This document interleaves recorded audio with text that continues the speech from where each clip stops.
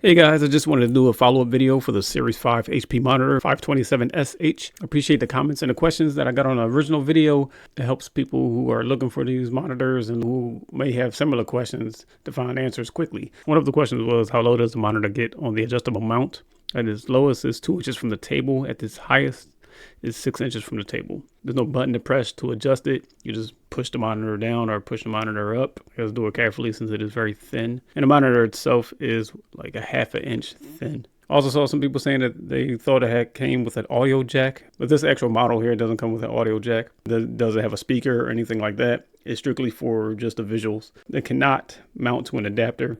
Like if you saw my V5 Create ergonomic monitor mount video, something like that, it can't mount to anything. There's no room in the back to drill a nail into it or screw anything into it.